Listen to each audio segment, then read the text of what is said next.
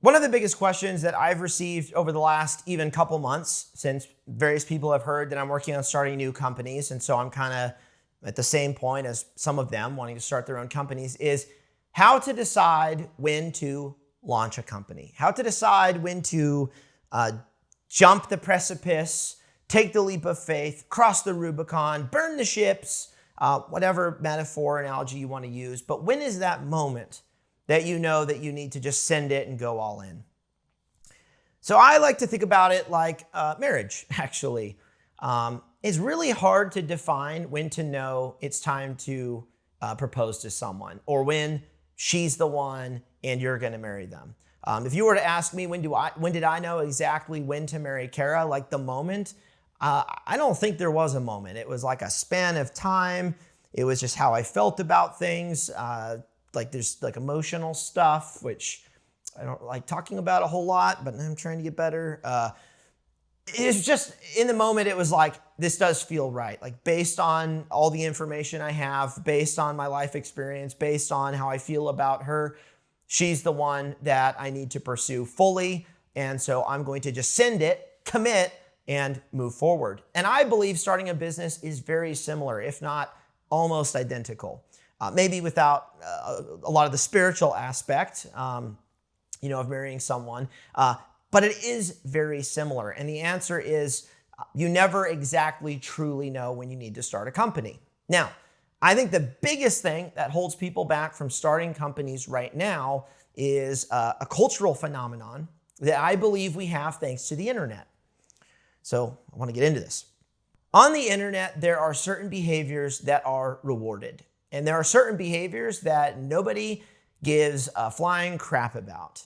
And what I'm talking about is pontificating, saying really smart or really provocative statements. That is rewarded, whether you're a content creator, someone on X, like you are rewarded for being witty. People repost your stuff, you get a little bit of money for it, people engage, you get a following. Like that is highly rewarded on the internet. And over here, what is not rewarded is going out and doing stuff, making things happen. And I've seen this in my career in the firearms industry, where the people who are keeping their nose to the grindstone, they're running a business, they're a firearms instructor who's traveling the whole country, teaching hundreds of classes. They just won't have as much of a following or people that are interested in what they're doing, as opposed to the content creator who's pumping out content every week, saying either really nice things about companies or being very provocative. Those are the people that end up getting a lot more followers and a lot more engagement, a lot more interest, because it's witty, it's pontificating, and it's content that people can consume, but it's not necessarily doing anything. And so the cultural impact of that, and I'm not saying that's all bad, but hear me out. I believe the cultural impact of the last 20 years, or I would say 10 years of the sort of the golden age of social media, 15 years, is that the new generation, and even my generation, don't put a lot of stock in doing. They put more stock into studying, thinking about things, engaging in discourse, but not actually doing anything out in the real world. Making a product, solving a problem, inventing something, being a killer at their current day job. That stuff is not rewarded on the internet. Being the greatest debater or pontificator, that's what people value on the internet. And I think it's a huge problem, and we're seeing it right now in the workforce and people not wanting to do jobs. Some of the studies that have come out more recently on when young people are asked, what do you want to do when you grow up? What do you want to do when you're older? Back in the day, it was like, oh, firefighter, doctor. And now it's like video game streamer, content creator, marketing specialist. The jobs that people are pursuing, the next generation are pursuing, are very different than the jobs of before. And I would classify those jobs as being not so much doer jobs, but more of that sort of pontification, thinking sort of job that doesn't necessarily produce anything. And I want to talk about my own personal experience. So I'm guilty of all of this. Like anything I talk about on this channel, probably 98% of what I'm going to end up talking about is stuff that I have done, that I have been guilty of, and how I learned not to do that thing so that I could succeed and be better. Because I do think explaining that is very helpful for people. So I grew up in a society where, or in a culture, I guess you could say, where studying was much more rewarded and encouraged than doing. And it didn't really matter like the type of doing. It was just, no, studying and teaching yourself things, that's the important thing. Like working a job and being good at it, that wasn't really talked about as much. And I never really liked the studying part. I just wasn't really driven to that or wired to that. I prefer doing stuff. So when I started my first company when I was 20 years old, I had been doing some market research when I was 19. I was playing around with this material, Kydex, when I was like late 19, almost 20. And I started the company when I was 20, making these little widgets in a garage with a little heat oven thing, and making them for customers on eBay. And then I want to actually make a company that's like professional with a website, and I'm going to do that. And so at that point, I kind of stopped studying. I just stopped reading. I wasn't on the internet studying like business stuff or whatever. I was just focusing on building the brand and doing the job. And I was quite good at it and got better over time. But let's fast forward to 2020. I was really interested in a video game called StarCraft 2. I grew up playing StarCraft 1 and StarCraft 2, played the campaign, Wings of Liberty, and all that. But I wanted to get into multiplayer. I wanted to be a diamond, gold, silver, platinum player of some sort. And so I was doing a lot of study. I was watching pro games between like Cyril and Scarlet and all these different players. I would watch professional commentators, Hearthstone and Loco, explain the really specific dynamics of these high-level games. And I even took notes. Like I would actually take notes on certain things. I was trying to like treat it very academically. I played a couple games, but I got destroyed, and so like my ego got hurt. So I went back to watching videos because that's easier, right? And then I was watching a video from Hearthstone. He's I think he's Swedish, or he's up there in the Great North. And he said, at some point, you can't just watch videos to learn how to play StarCraft 2. You've got to play the game. You've got to lose. You've got to get crushed. You've got to try strategies and see them fail. You've got to see certain strategies done to you in order to actually become a great StarCraft 2 player. You can't just get it from watching videos. I remember, I think I was on my computer and I had that video on the second monitor, and I was like working on some work thing. And I remember hearing that and rewinding, and then hearing that again and rewinding, and I went, he's talking about me. I'm studying StarCraft 2 pro level gaming, but I'm not actually doing the thing. I'm not trying to play games. I'm not trying to grind my rank. I'm just watching like dozens of hours of pro gameplay for no benefit whatsoever. And I've talked to a lot of people, and they're in the same boat. They watch dozens of entrepreneur videos, they follow certain entrepreneur bros or crypto bros. They watch a ton of content, hundreds of hours of content, but they haven't jumped the precipice. They haven't crossed the Rubicon of actually going and doing. And I remember having this debate with people at work, old work, on the ratio of study to do. And I would challenge them on, hey, like you study probably like 80% of the time for only 20% doing. We need to even that out, or in my opinion, it needs to be like way more doing than studying, so that we have good performance and we have a lot of work getting done. Now it's kind of an uphill battle arguing that with a few people because it was so ingrained in the homeschooling community back from where I came from that studying is the thing that you do. And the doing, well, that wasn't really talked about. But the doing is what changes the world, not studying. People who study and say smart things, well, they don't really do a whole lot for other people. People who go out and solve problems and make products and make brands and make companies and create jobs and actually do the stuff, those are the people who change the world. And this is probably one of my biggest messages that I want to promote and educate young people on, is to adjust their focus to the doing.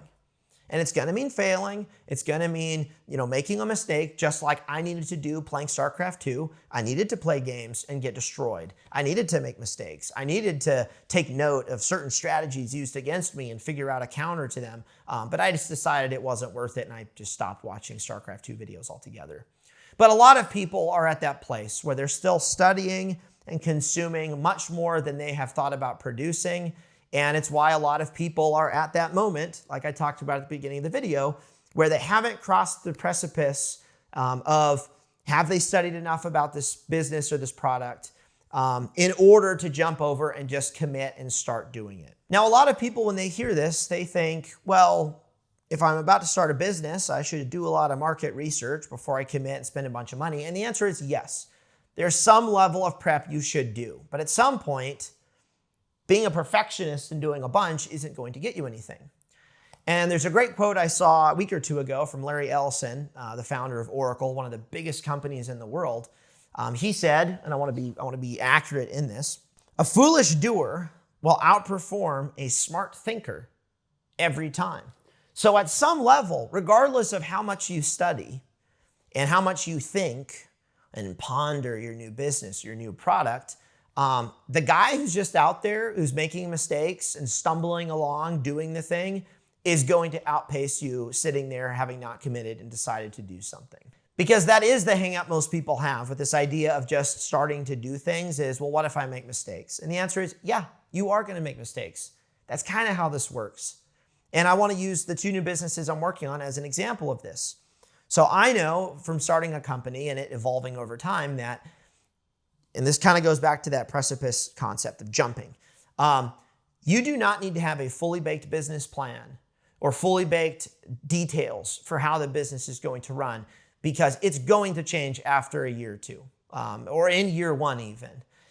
You are not going to know exactly how people are going to react to your business, how they're going to react to your product, how they're going to react to your marketing, how they're going to react to your customer service. You're not going to know any of that until you start. You have to start and just start sending stuff out there and then taking feedback and making adjustments along the way. And at like year 3 or 4, you're probably pretty locked into like, okay, this is who I am. This is the brand identity. It seems to be working. Now we're going to take this and we're just going to magnify it and explode it out there to people. But those first few years, you really don't know what's going to happen. So in our case, with these 2 brands, we have the defense stuff, not exactly these products, but stuff, cool things. It's in a market that I've been in for 11 years, so I know a few things, but even still, I'm keeping it pretty open-ended as far as where that brand is going to go. I have a vision for what I want it to be, but once product starts going out, people start reacting to it, giving us feedback, we're going to be flexible. We're going to adjust that brand based on what, the needs of the community are. And with the clothing brand, which is in a completely new market I've never been in, I'm going in expecting full changes of the brand, maybe not full, but a lot of changes for the brand after putting a bunch of product out there. After multiple development cycles, I'm sure the product will also get better. And I know that that's just going to change over time, the first few years of us doing it, because it's brand new. So at some point, you can't have all the information. You can't have all the studying. You can't have all the market research. You're going to have just enough that you need to commit and you need to send it. And that's what I'm doing with these 2 companies. I have about a year of market research I've done for the clothing brand. We've done a bunch of prep, but now we're sending it. We've got 8 styles that are getting made. I've got to fly to New York City next month to do a few things and tour a factory. And the entire business plan isn't completely built because it doesn't have to be. The exact core values we're going to post on the site, well, those aren't even there. I don't even have those yet. And that's okay. I don't have to. I know roughly what the business is. I have the vision for what I want it to be. Jeff Bezos has a quote that I really like where he says, essentially in paraphrasing, you've got to be really specific and really intentional with your vision, and you need to stick to it, but flexible on all the details. And that's what we're doing with both of these brands. And if you start viewing business in that way, even your first business, that's going to allow you to jump that precipice and cross the Rubicon of going from, hey, I have a company I want to start, but I haven't decided if I want to start it, to, hey, I'm actually going to start doing things. I'm going to stop studying. I'm going to stop trying to have the most refined plan ever, and I'm just going to send it, and I'm going to commit, and we're going to see how it goes. And that's what I think a lot of you guys probably watching this video are in that area. And it's just time to let go, commit, send it, and then adjust as you go and learn along the way. There's a lot more I could say about this concept of studying versus doing, but I think a lot of you guys probably get the gist of it.